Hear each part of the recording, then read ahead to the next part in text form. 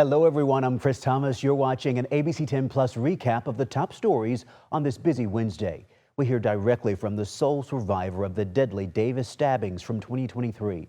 Then in dollars and cents, struggling with credit card debt, we have tips to take back control. The ABC 10 Plus recap starts now. An early childhood education program called Head Start, which serves tens of thousands of California's most vulnerable kids, is in a fight for its survival. And now a bipartisan group of state lawmakers is asking California's members of Congress to save the program. ABC 10's Becca Hobecker joins us in studio tonight. Becca, we know that Head Start, it really relies on federal funding. Yeah, definitely relies on federal funding. A Head Start, a free program serving low-income 0 to 5-year-olds nationwide, is funded by the federal government. It's been around for 60 years, but now that funding is uncertain. Head Start classrooms are bustling centers of learning and laughter, nutrition and nurturing. Like an apple. This is a Head Start classroom in Sacramento. ABC 10 visited earlier this year. Maurice is making a prediction, which is an educated guess. For 6 decades now, nationwide, Head Start has been serving America's lowest income kids, ages 0 to 5. We serve folks, for the most part, living under the federal poverty line. Melanie Cottrell is executive director of Head Start California. We served just a little over 80,000 kids last year. We educate kids, yes, but we also provide nutrition services, health services, family support services, and we really are an economic engine for this country. California receives $1.5 billion annually in federal Head Start funding through the Department of Health and Human Services. But now that's in jeopardy. Early in April, there was a leaked draft of the president's budget that would have eliminated Head Start. Last Friday, the president's skinny budget was released, and that skinny budget has a list of programs to eliminate, but that list no longer includes Head Start. But we still do not have an actual funding number in the president's budget. Given the uncertainty, a bipartisan coalition of state lawmakers wrote a letter to California's members of Congress, urging them to continue funding Head Start. Signed by over 3/4 of the legislature. That is probably the most bipartisan letter and issue that we have worked on in years. Lawmakers and supporters voiced their concerns in a news conference this week. I was a Head Start kid, raised in rural California by a single mom who worked 2 jobs just to keep the lights on and put food on the table. I know firsthand what Head Start means to families like mine. It was a lifeline. The program has long been in the crosshairs of the conservative Heritage Foundation, which cites a 2010 and 2012 report from Health and Human Services, showing, among other outcomes, that by 3rd grade, Head Start had little to no impact on cognitive, social, emotional, health, or parenting practices of participants. The study the Heritage Foundation is looking at does say that by 3rd grade, it looks like Head Start kids no longer have an advantage. And the Heritage Foundation seems to be drawing the conclusion that that means that Head Start doesn't work. I would challenge that and say, think about this. If you're not in Head Start, it takes your kid until 3rd grade to catch up to Head Start kids. She urges anyone who wants to save Head Start funding to call their members of Congress.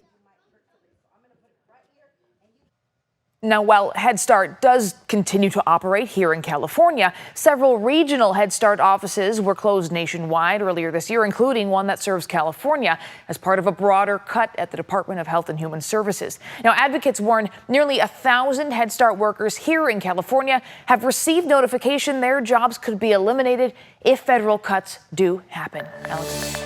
Well, major new testimony today in the trial of a serial stabbing suspect in Davis. Carlos Dominguez is accused of stabbing 3 people and killing 2 of them. In April of 2023, 50-year-old David Breaux was fatally stabbed. Then 2 days later, 20-year-old UC Davis student Kareem Abu Najm was killed while walking in Sycamore Park. Dominguez faces 2 counts of murder and 1 count of attempted murder. Today, ABC 10's Roxanne Elias was in court as the one survivor in the attack spoke out for the first time in court. And Roxanne, talk about some emotional testimony. It was, Chris. Now it was all eyes on Kimberly Guillory as she took the stand in front of jurors for the very first time. In the beginning, she seemed in good spirits as she gave information about herself, but that quickly turned into tears as they began playing the 911 audio from the call she made on the day she was stabbed. Are you the one that was assaulted? Yes. What happened? I don't know. He just ripped open the tent and started punching me, and then he went to one of the other tents in the other tent. Davis stabbing victim Kimberly Guillory was visibly shaken in court on Wednesday after prosecutors played the audio from her 911 phone call on May 1st. The 66-year-old, who was homeless at the time of the stabbings, took the stand for about an hour and a half, recalling what she was doing earlier that day. She says she was visiting a friend and returned to her tent that night when it was dark. She remembered everyone at her campsite being asleep, and so she went into her tent, sat down, and started looking at her phone. She described someone coming up behind her where she was sitting and coming down on her with a knife. Guillory says at the time she wasn't sure she was being stabbed and thought someone was just punching her. At first, it took her breath away, and then it continued, and that's when she began to feel pain. In court, Guillory said she began screaming, and her friends from the campsite came to her rescue. They came running towards me, and that's when they grabbed him and started fighting with him, trying to get a hold of him. I turned around and Isaac said, "Oh my God, you're bleeding." And then all of a sudden I felt blood just gush out of the back of me. And that's when it really started to hurt. Guillory also described seeing Carlos Dominguez's face through the opening in her tent made by the knife when she was being stabbed. Following the attack, she says she spent several weeks in the hospital, and it took her about a month or two to fully recover. I do remember him looking at me, though, with this look like this, like he was angry that he wasn't able to continue doing what he was doing.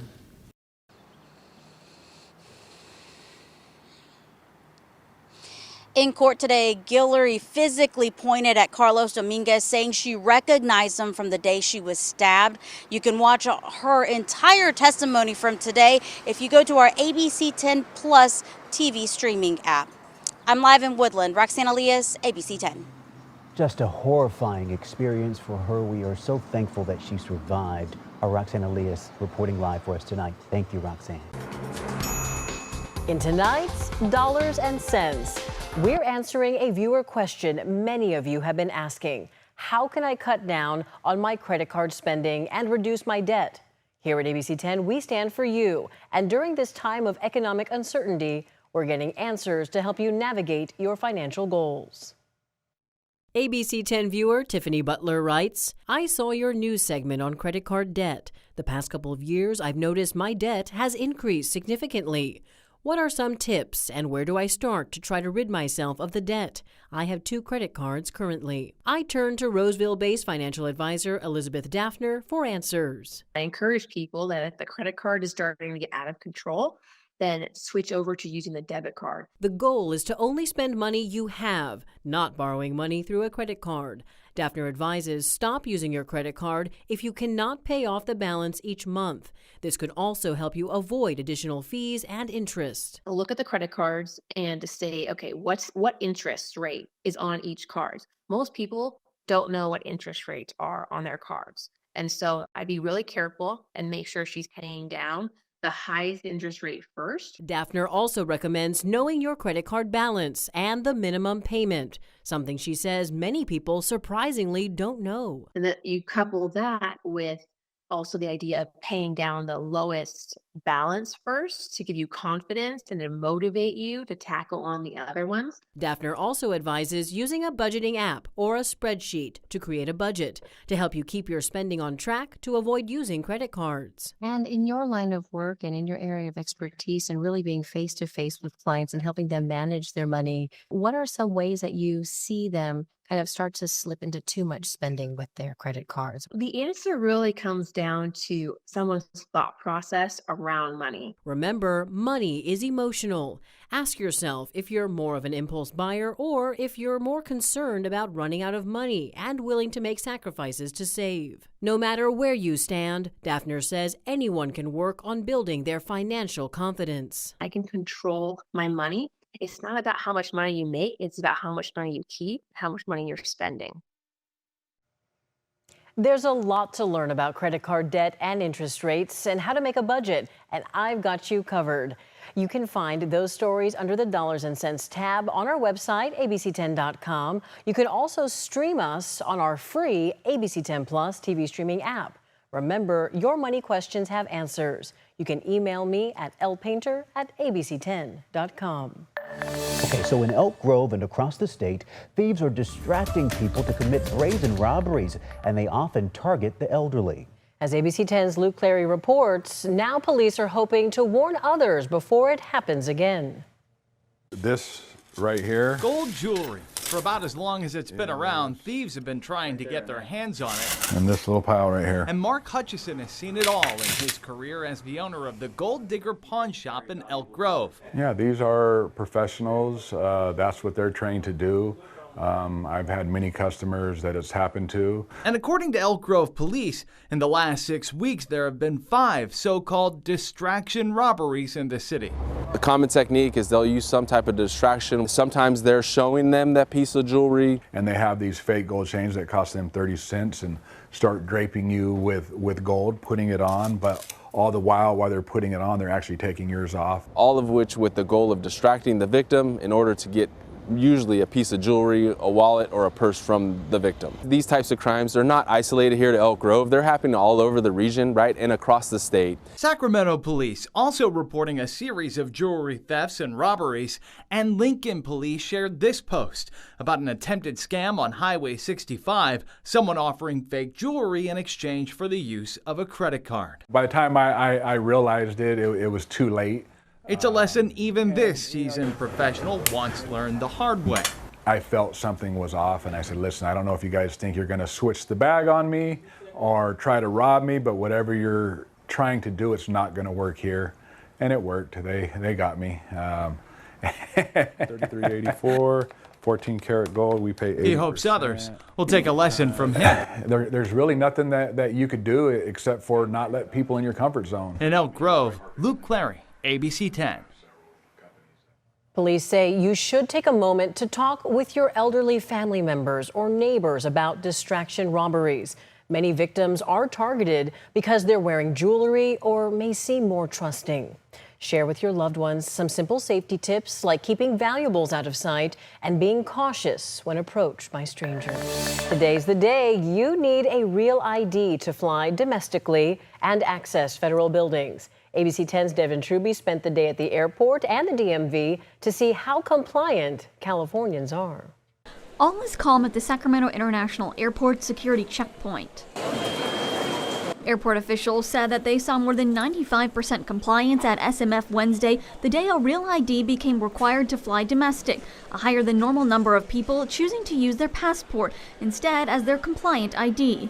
I found some other avenues to let me fly, such as just getting a passport. If you don't have an accepted ID, here's what happens.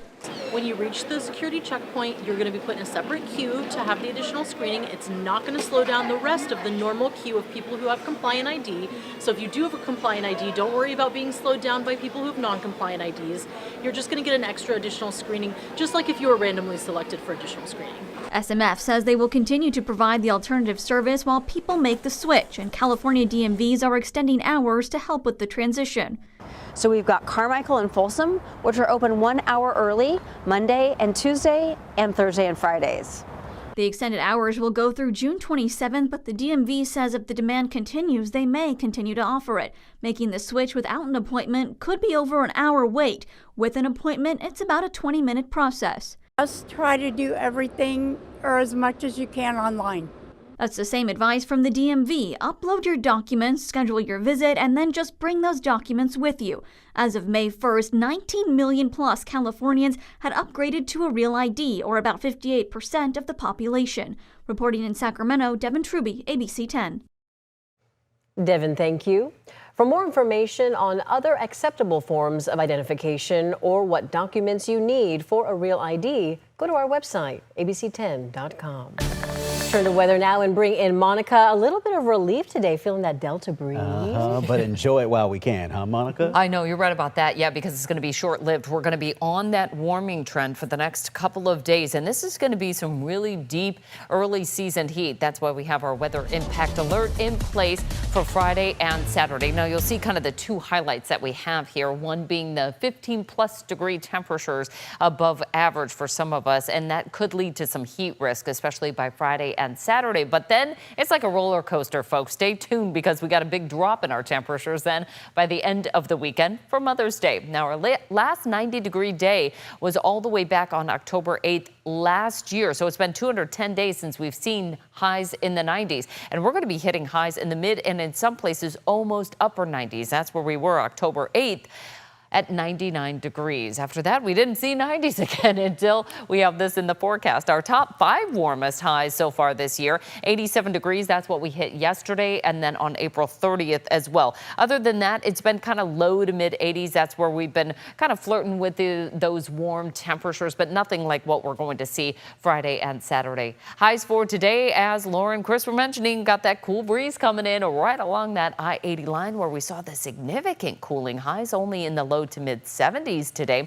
Elsewhere, low 80s, 70s for the foothills, and 60s up top for the Sierra. Right now, we've got 73 degrees in Sacramento with sunny skies and that breeze pulling in. Stockton 82, as well as Modesto, Marysville at 81, and Tahoe with sunny skies and 63 degrees. Now, as we head into the forecast, we're going to lose the impacts of that cooling Delta breeze, and behind it, a quick building high pressure ridge. We'll say goodbye to these beautiful Delta breezes that we had for today. As you can see, they're really backing off for tomorrow, and it results in a much warmer weather pattern. By Thursday, we've got minor heat risk throughout the valley, but then we start to see pockets of this moderate heat risk on Friday and again on Saturday. So that's going to be the type of heat that affects most people who are sensitive to heat. Anybody spending time outdoors should just be aware it is going to be quite a lot of heat building in a short period of time. Sunday, we really back off on that. But again, this ridge of high pressure brings us some much warmer weather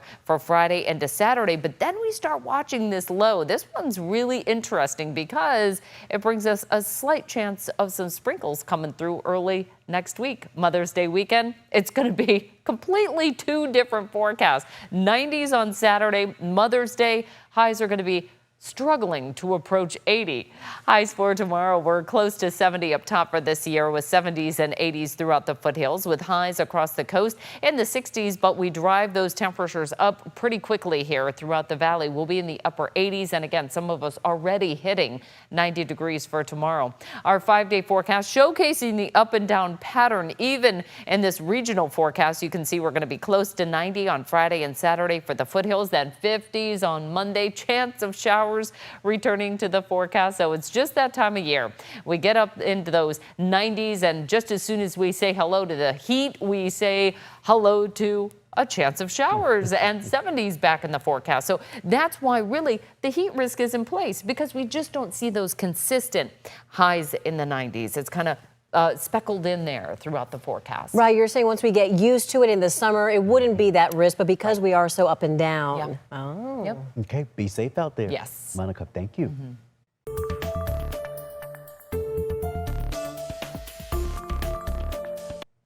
The papal conclave is now underway at the Vatican. Catholic cardinals gathering to elect a successor to Pope Francis, who died last month. Yeah, the first voting started today, and so far there is no new pope. Here's the latest from Vatican City. Black smoke over the Sistine Chapel. The sign the first vote of the conclave produced no pope. Rome police confirming at least 30,000 people gathering in St. Peter's Square to watch. This was the moment the conclave began. The great doors of the Sistine Chapel shut. Sic Medeus adiuvet. Just before, under Michelangelo's 500-year-old frescoes, each of the 133 cardinals stepped forward to swear an oath of secrecy. The famous Latin phrase, extra omnes. Everybody out. Then the chapel cleared. One of these cardinals will leave the conclave as Pope. Before entering, New York's Cardinal Timothy Dolan posting a last message to social media. And I'm about ready to go into the Domus Sancta Marta. So this could be the last time I talk to you in a couple of days. I don't know how long the conclave will be. In the morning, the cardinals joined a mass in St. Peter's Basilica. Cardinal Ray leading it, saying the Pope is being chosen at a difficult turning point in humanity's history. Per implorare la sua luce e la sua forza. This is the most diverse conclave in history. 80% of cardinals appointed by Francis, many more drawn from outside Europe. The world speculating, could it produce the first Asian or African pope? Now the waiting has begun for white smoke. It would have been very unexpected if they had chosen a pope tonight in the first round of voting. Most conclaves go on for 2 or 3 days. From tomorrow they will be voting 4 times until they can reach a 2/3 majority for a new pope. Patrick Reevil, ABC News, Rome. And right now on the ABC10 Plus TV streaming app, we have a live look at the famous chimney. That is where the white smoke will be the first sign of a new pope. We also have more information about the conclave process. You can watch In the News Now, where we explain the traditions and procedures. The app is free to download on your TV. AANHPI Heritage Month on ABC10.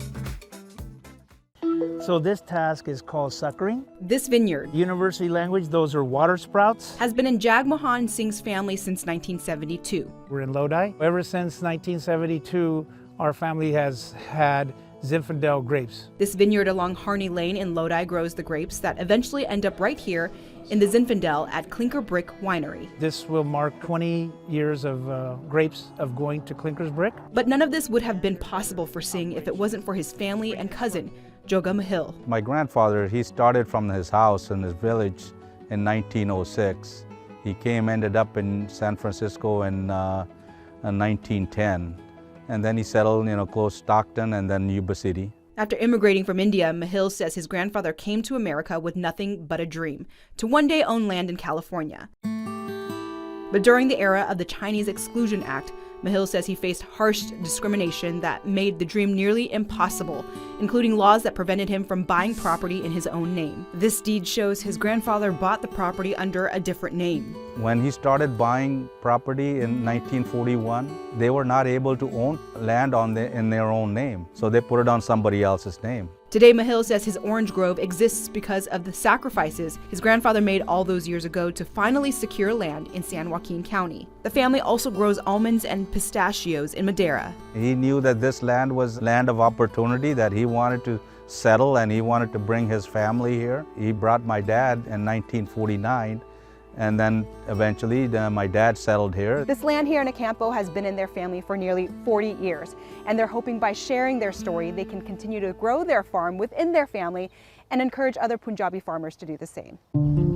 Our community has grown such a amount, and we are in every farming community. Making it that much sweeter knowing these oranges are on tables across the United States, and grapes from these vines end up in this wine bottle. To have that pride that your hard work is in that bottle. In San Joaquin County, Jeannie Nguyen, ABC 10.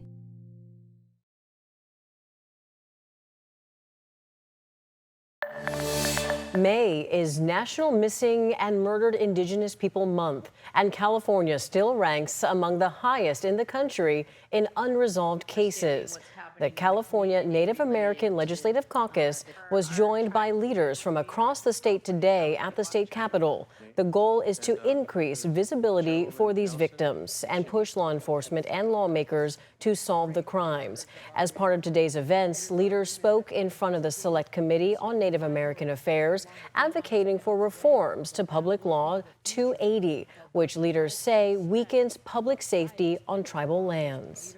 We're not going to be a spectator anymore. We will speak on the needs and the much needed request of our people for our nation.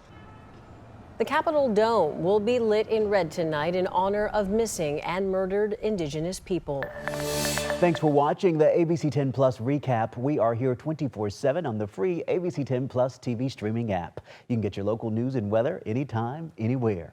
I'm Chris Thomas. We'll see you next time.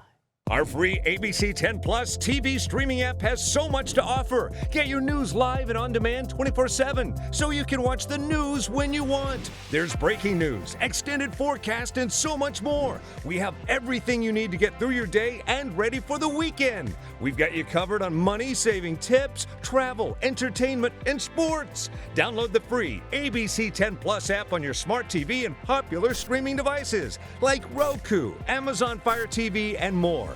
ABC 10. We stand for you 24/7. Thanks for watching ABC 10 Plus. And now that you're here, why don't we take a look around and see what else is here? The very first tile on your left is always going to be streaming 24/7. You can find us adjacent to that, breaking news if it's there. And then right next to that, a replay of the most recent newscast. Whether it's ABC 10 Morning News at 5, 6, or beyond, it's going to be there. The forecast beyond that, and then right beyond that, the news that matters the most. Now that you know the basic tiles, let's go up to the top and take a deeper dive into news. We have every single newscast that you would need, including To the Point with Alex Bell, taking a deeper dive into the issues. Beyond that, ABC 10 Morning News at 5 and 6 and 11, the evening shows as well. Below that, you can watch the top stories from To the Point. Under that, Dollars and Cents, where you can learn how to navigate this challenging economy. And below that, you can watch our award-winning ABC 10 Special Investigations, where we hold the powerful accountable. Going into weather, look, it's the 10-day forecast, getting you ready for the weekend and beyond. Beyond that, sports. I know you care about the Sacramento Kings. We have the most comprehensive guide to anything, everything Kings in the locker room and on the court. We have it. Below that, I know you care about the San Francisco 49ers. Backing out again, come up to the top and join me on Verify. I'm super excited about this. Our experts are checking the facts, verifying the truth for you. Jump up now to shows. Very excited about this. Oh, look. It's Take a Look. This is my show. I love movies, and if you love movies or streaming shows, whether it's on screens this big, or this big, it's Take a Look. Recently went behind the scenes, sat down with Lady Gaga and Joaquin Phoenix to talk about Joker 2. I love the movie, and oh, I just heard you shout you hate the movie. Jump in, we talk about it on this show. Other shows, Bartell's Backroads, go up and down the state of California, tank of gas getaways, one fuel cell getaway, like places like the Toy Museum. This is what kids did before they had screens. Over here, the Moaning Caverns of Calaveras County, one of the most coveted caves in all of California. You know, watching this show, I discovered there's a cave that could fit the entire Statue of Liberty in your own backyard. You'll find about that and more with Bartell's Backroads. Down below that, To the Point. It is one of my favorite newscasts because they talk about news with Alex Bell the way you talk about news. It's conversational, but in-depth at the same time. Below that, Your California Life. Love this show. Whether it's entertainment, food, beverage, lifestyle, it's there. Desiree Shepherd hosts and does an amazing job. So there you have it. It's ABC 10 Plus, the app. What do you need? We heard you and we got it. Thanks for watching. Thanks for streaming. ABC 10 Plus TV app, streaming 24/7. Local news from the team you trust on your time. Track how the weather will impact your day. We're planning for those changes. Stay fire ready. Extended, continuous coverage of breaking news, live from the scene. It very much is an active investigation. Go deeper with in-depth interviews and exclusive reporting. All the local news you need, live or on demand. ABC 10 Plus. Download on your TV and watch for free.